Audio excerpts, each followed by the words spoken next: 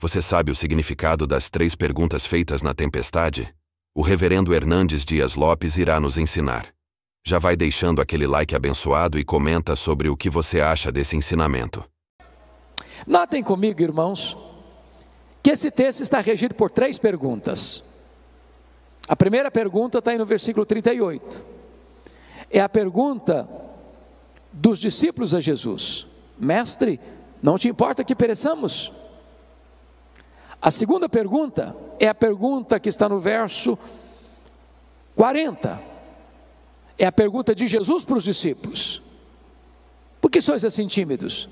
Como é que não tendes fé? E a terceira pergunta está no verso 41.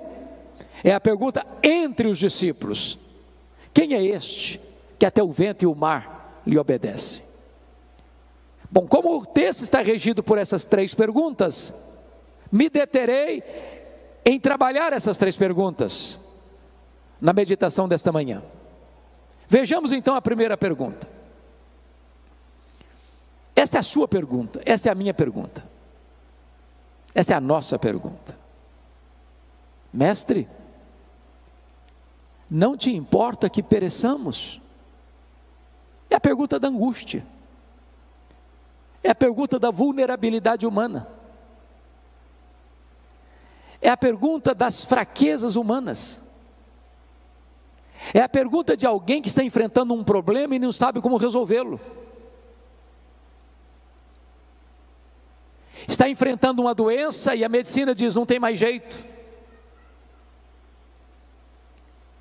está enfrentando uma crise conjugal e parece que não vê nenhuma janela de escape para uma solução que traga paz à alma.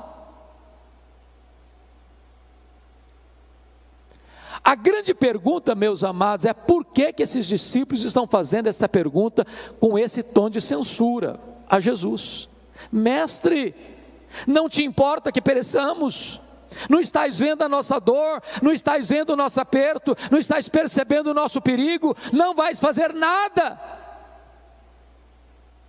Mas por que eles estão fazendo essa pergunta? Porque alguma coisa não estava bem resolvida na mente deles. Em primeiro lugar, eles não estavam conseguindo conciliar a obediência à ordem de Jesus: passemos para outra margem, com a tempestade que estava enfrentando.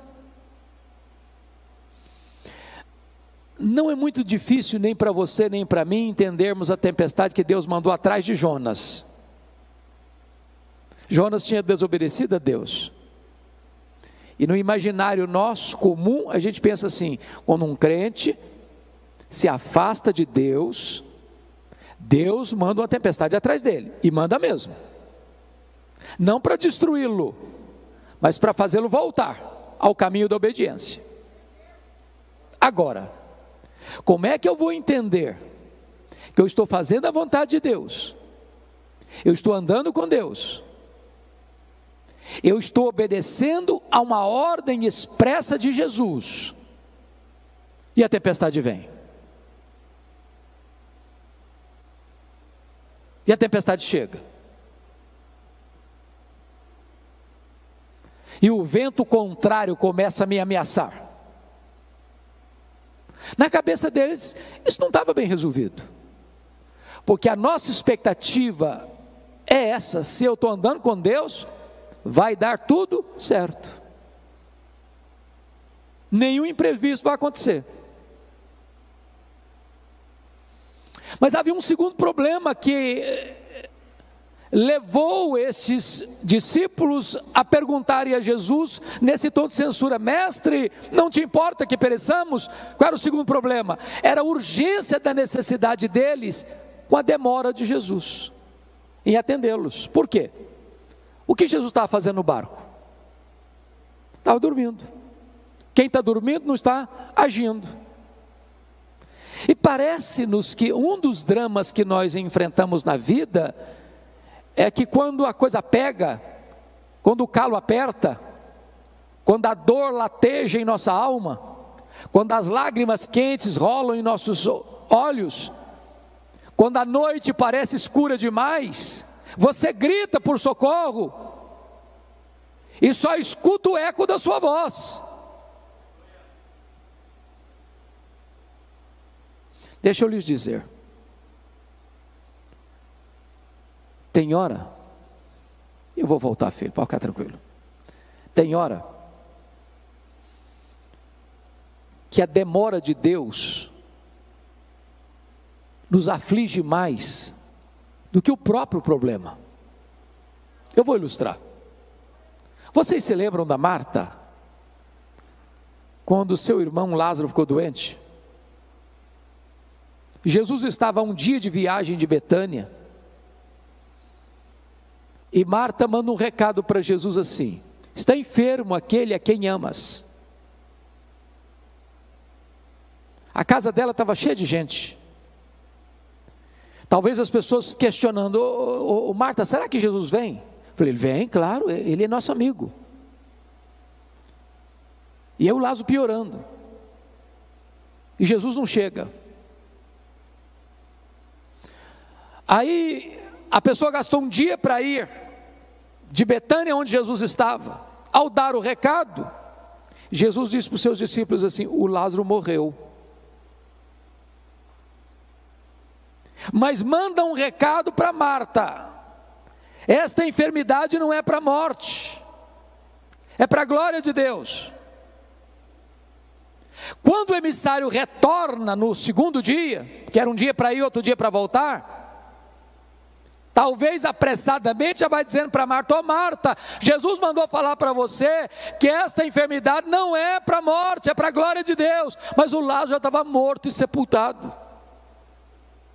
Olha o nó na cabeça da Marta. Diz a Bíblia que Jesus fica mais 2 dias onde estava. Se o homem gastou um dia para ir, mais 2 dias que fica, 3 dias. No 4º dia é que Jesus vai. Quando Jesus chega lá, o Lázaro está morto e sepultado há 4 dias. E a primeira palavra que Marta falou para Jesus não foi a saudação Shalom. Foi uma palavra de censura: se tu estiveras aqui, meu irmão não teria morrido, o senhor chegou tarde demais, agora não adianta mais. E Jesus: Marta, teu irmão há de ressurgir. Ela diz: eu sei que vai ressurgir no último dia. E Jesus: Marta, eu não fui, eu não serei, eu sou a ressurreição e a vida. Se você crer, Marta, você verá a glória de Deus. Talvez você, meu amado, que está aqui hoje, minha irmã, você está aguardando um milagre de Deus na sua vida, uma resposta às suas orações há anos. Mas o que eu posso dizer para você é que Deus nunca chegou atrasado. Quando Ele parece chegar atrasado, é porque Ele está preparando algo maior e melhor para a sua vida. Mas sabe por que esses discípulos estão angustiados? Tinha uma terceira razão. Primeiro, que eles não conseguiram conciliar a ordem com o problema. Segundo, eles não conseguiam conciliar a urgência da necessidade com a demora. E a terceira razão, eles não conseguiam conciliar a angústia avassaladora com o silêncio de Jesus. Porque se ele está dormindo, ele não só não está trabalhando, mas também não está falando. E eu vou lhes dizer que o silêncio de Deus grita mais alto nos nossos ouvidos do que o ruído mais barulhento das circunstâncias mais adversas.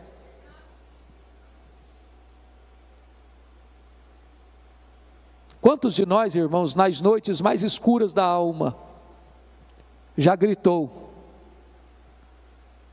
socorro! E parece que a nossa voz ecoa no espaço e nenhuma resposta chega.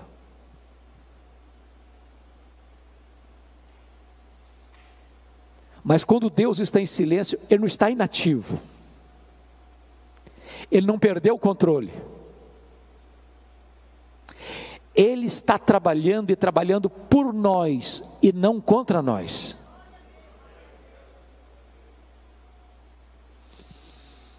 Pois bem, diz a Bíblia então que Jesus se levanta,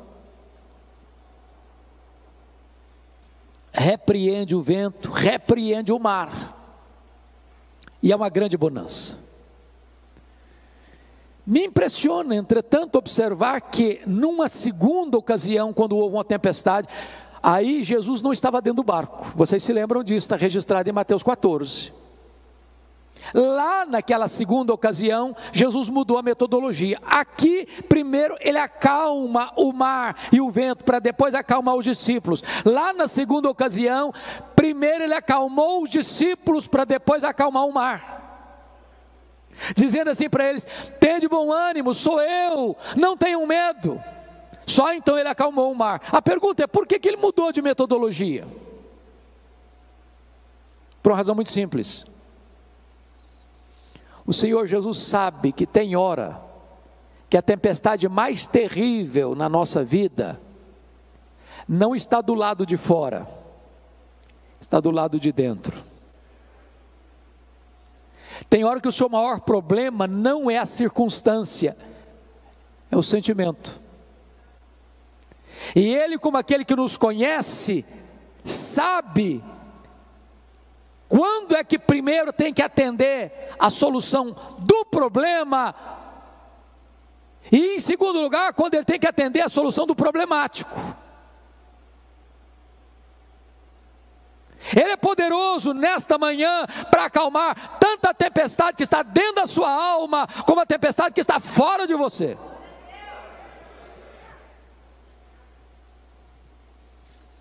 E depois que ele acalmou o mar, diz o texto no verso 40, que Jesus pergunta assim: por que sois assim tímidos? Como é que não tendes fé? Em outras palavras, por que vocês estão com medo? Agora, só convido você para se transportar para aquela circunstância, para aquela ocasião, e perguntar assim: se você estivesse lá dentro daquele barco, você estaria com medo?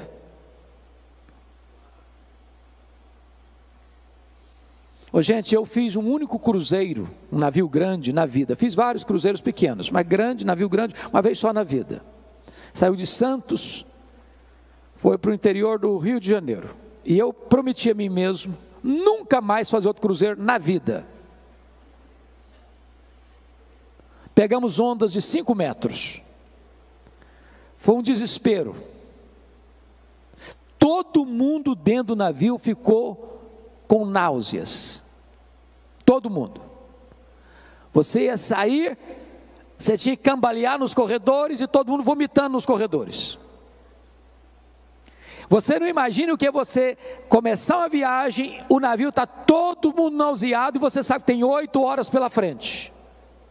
A única oração que eu fazia era essa: ó Deus, ou eu durmo ou eu morro. Agora imagine o que é um barquinho de pescador, no meio do mar, já de noite, o mar furioso, moendo o barquinho, água entrando, a morte mostrando a carranca, a situação humanamente desgovernável.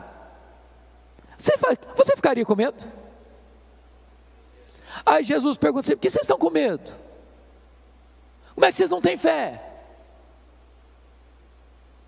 Mas por que eles deveriam estar com fé e não com medo? Bom, eu quero lhes dar 4 razões por que eles deveriam ter fé e não medo.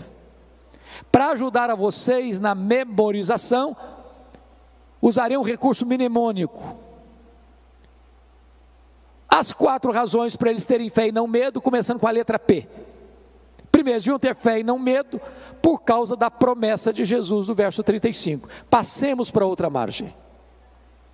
Se Jesus disse assim: passemos para outra margem, qual era o destino deles? A outra margem, claro. Então vou lhe dizer algo sublime agora.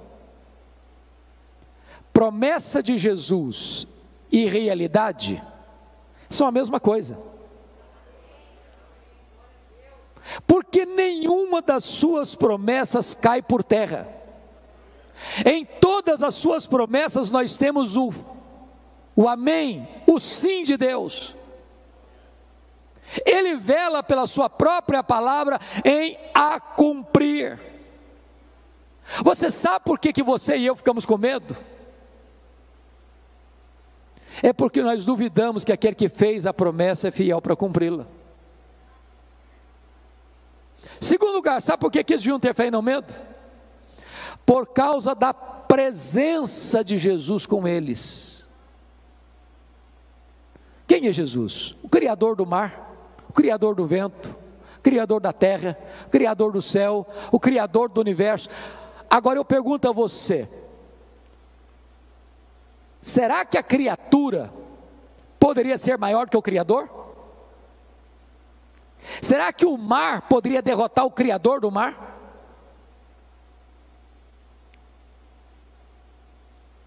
Aquele que criou todas as coisas estava dentro daquele barco.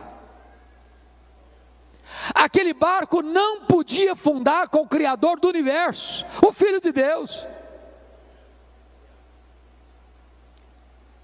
E Jesus prometeu para você e para mim o seguinte: eis que eu estou convosco todos os dias até a consumação dos séculos. Nós não vencemos porque somos fortes, nós vencemos porque o Todo-Poderoso está conosco. Terceiro lugar, sabe por que deviam ter fé e não medo? Primeiro, por causa da promessa. Segundo, por causa da presença.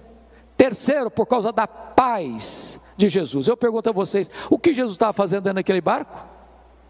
Dormindo. Agora, tem uma pergunta importante a fazer. Ele sabia que a tempestade viria? É óbvio que sim, claro. E se sabia, por que dormiu? Porque sabia que tudo estava sob controle. O que é paz? Paz não é ausência de tempestade. Paz é você saber que apesar da tempestade, tudo está sob controle. Não sob o seu controle, sob o controle de Jesus. Você pode ter paz no vale. Você pode ter paz na tempestade. Mesmo que as rédeas tenham saído das suas mãos, Deus continua com as mãos no leme da sua história. Quarto lugar, por que eles deviam ter fé e não medo? Primeiro, por causa da promessa. Segundo, por causa da presença. Terceiro, por causa da paz. Quarto, por causa do poder de Jesus. É maravilhoso você notar em Marcos que, propositadamente, Marcos reúne ao redor desta passagem 4 episódios que retratam o poder de Jesus. Primeiro nesta, onde ele tem poder sobre as leis da natureza, o vento escuta a sua voz, o mar obedece ao seu comando. Mas notem comigo que em seguida, capítulo 5, ele desembarca do outro lado, na região leste do lago, na região das montanhas de Golã, em território pagão, no território de Gadara, num despenhadeiro, dentro de um cemitério, de noite, quando entre os sepulcros tem um homem gritando, ferindo-se com pedras, louco, furioso, que ninguém podia prendê-lo com algemas.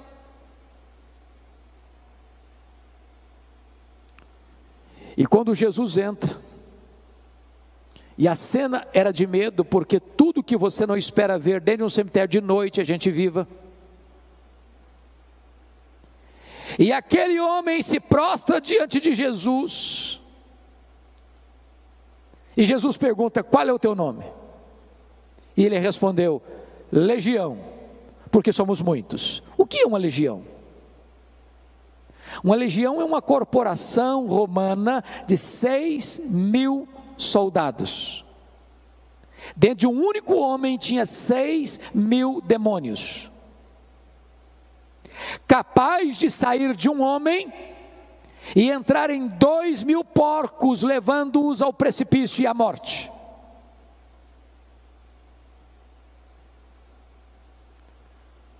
Mas Jesus liberta aquele homem. Jesus transforma aquele homem. Jesus faz daquele homem um missionário.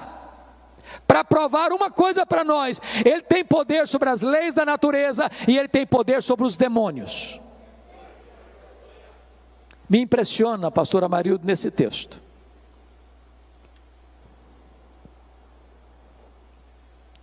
Porque os demônios fizeram alguns pedidos para Jesus. O demônio não ora, mas faz pedido. Primeiro pedido: não nos atormentes antes do tempo.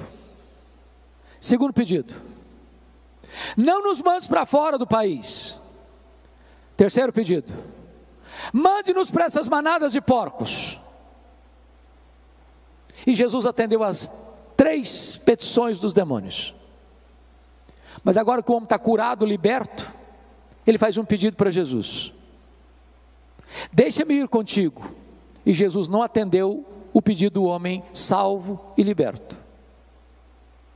Jesus diz: não, vai para os teus e conta lá para a tua família o quanto Deus fez por você. Por que Jesus atendeu o pedido dos demônios? Para provar uma coisa. Primeiro, que os demônios não são um mito, uma lenda. Segundo, para mostrar para o mundo inteiro o poder destruidor dos demônios na vida de uma pessoa, capaz de sair de um único homem que era foragido da justiça, ninguém conseguia botar mais a mão nele, ele quebrava a algema, a família tinha enjeitado a ele, a sociedade tinha enjeitado a ele, os vivos tinham enjeitado a ele, vivia entre os mortos.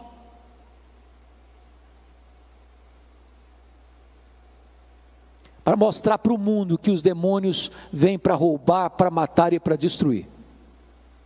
Terceiro, por que Jesus atendeu o pedido dos demônios?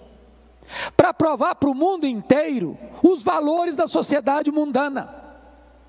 Porque os gadarenos, ao chegarem e verem aquele homem liberto por causa dos porcos, expulsaram Jesus dali. É uma sociedade que ama mais os porcos do que pessoas. Quarto, sabe por que Jesus atendeu o pedido dos demônios? Para provar para o mundo inteiro que quem manda é Jesus. Os demônios ficam se Jesus permitir, os demônios saem se Jesus mandar. Quem domina e tem poder sobre os demônios é Jesus. Quem tem as chaves da morte e do inferno é Jesus.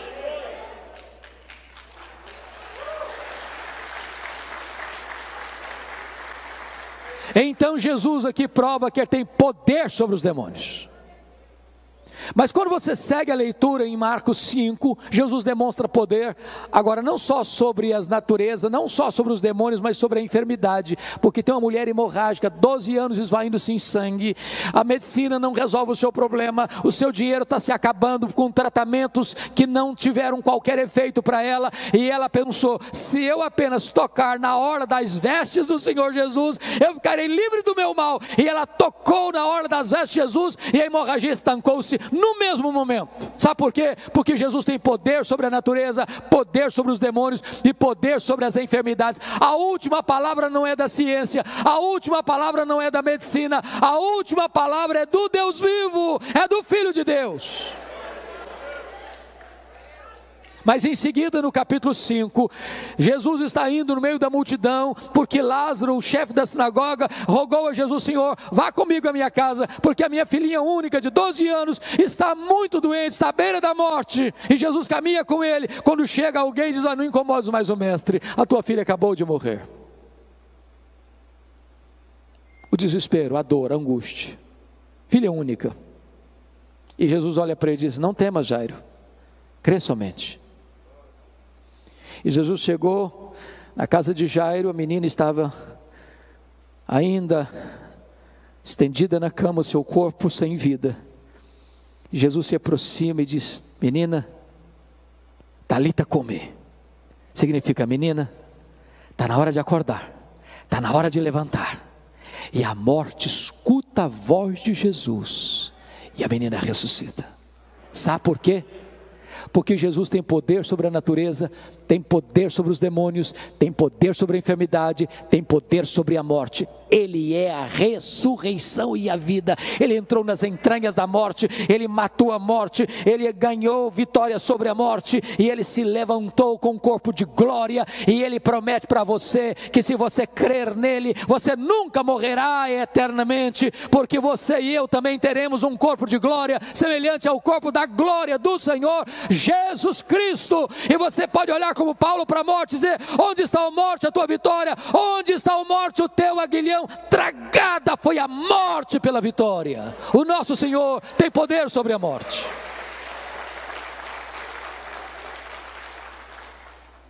Mas agora, irmãos, vamos para a última pergunta do texto.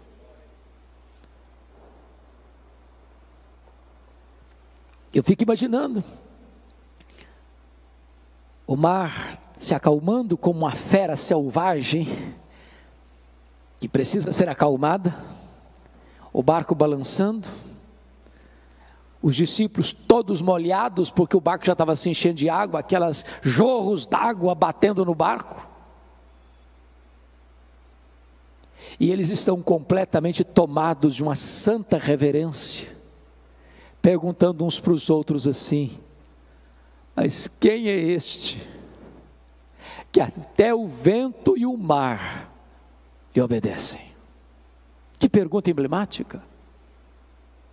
Quem é este? E nós poderíamos responder essa pergunta hoje dizendo o seguinte: este é aquele que, junto com o Pai e com o Espírito Santo, lá nos refolhos da eternidade, antes da criação do universo, no conselho da Trindade, traçaram um plano perfeito para a sua, para a minha, para a nossa vida. Este é aquele que no princípio criou todas as coisas, porque todas as coisas foram feitas por intermédio dele, e sem ele nada do que foi feito se fez, as coisas visíveis e invisíveis. Quem é este? Este é aquele que sustenta todas as coisas pela palavra do seu poder. Quem é este? Este é a semente da mulher que nasceu para esmagar a cabeça da serpente. Quem é este? Este é aquele de quem os patriarcas falaram, para quem os profetas apontaram.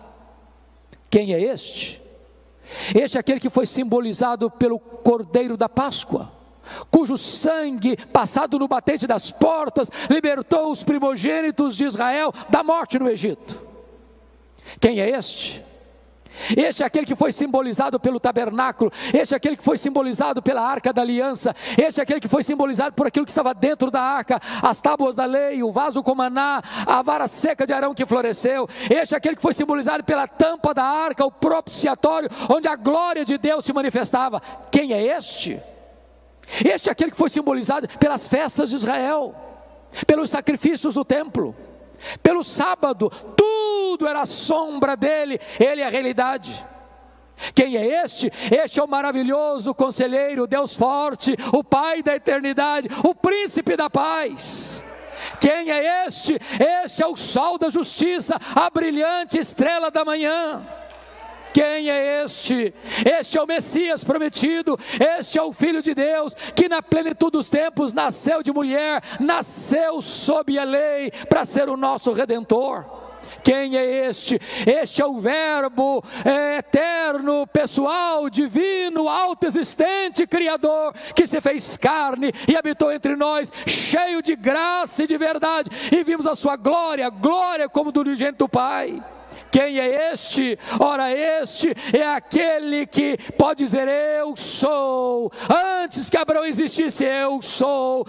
Este é o pão da vida, este é a luz do mundo, este é a porta das ovelhas, este é o bom pastor, este é a ressurreição e a vida, este é o caminho e a verdade e a vida, e ninguém vem ao Pai senão por ele. Este é a videira verdadeira. Quem é este? Este é o cabeça da igreja, este é o fundamento da igreja, este é o dono da igreja, este é o edificador da igreja, este é o protetor da igreja. Quem é este? Este é o amado da nossa alma, este é a nossa alegria, este é a nossa herança, este é a nossa paz, este é a nossa justiça, este é o Filho de Deus que desceu da glória e entrou na nossa história e pisou o nosso chão e bebeu a nossa água e chorou a nossa lágrima e sentiu a nossa dor e carregou com os nossos pecados sobre o seu corpo no madeiro. Quem é este? Este é aquele que no Getsemane suou sangue por amor de nós, é aquele que chorou no Getsemane, aquele que bebeu sozinho o cálice amargo da ira de Deus, este é aquele que foi cuspido e esbordoado no sinédrio, este é aquele que foi espancado e vilipendiado no pretório romano, este é aquele que carregou sobre o seu corpo no madeiro os nossos pecados e andou pelas ruas de Jerusalém apinhadas e debaixo de uma multidão sangue sedenta gritando: crucifica-o, crucifica-o, crucifica-o. Quem é este? Este é aquele que foi pregado naquela cruz, naquele leito vertical da morte, este é aquele que transformou aquele patíbulo de horror no instrumento da sua própria salvação. Quem é este? Este é aquele que entrou nas entranhas da morte, ele é aquele que matou a morte, este é aquele que ressuscitou gloriosamente, este é aquele que está vivo pelos séculos dos séculos, este é aquele que voltou para o trono, este é aquele que está assentado à destra de Deus, este é aquele que vai voltar pessoalmente, visivelmente, audivelmente, repentinamente, inesperadamente, gloriosamente. Quem é este? Este é aquele que vai se assentar no trono e vai julgar as nações. Este é aquele em quem você e eu vamos reinar para sempre e sempre e sempre, onde não vai ter mais dor, onde não vai ter mais lágrima, onde não vai ter mais luto, onde não vai ter mais tristeza, onde não vai ter mais pecado, e nós estaremos com ele e para sempre, para sempre, para sempre, para sempre, reinando com ele, desfrutando da glória dele, contemplando a ele, usufruindo a glória dele. Quem é este? Este é o amado da nossa alma, este é a razão da nossa vida, este é o nosso glorioso Redentor, este é aquele que diz para você e para mim hoje: você não precisa ter medo, você pode ter fé.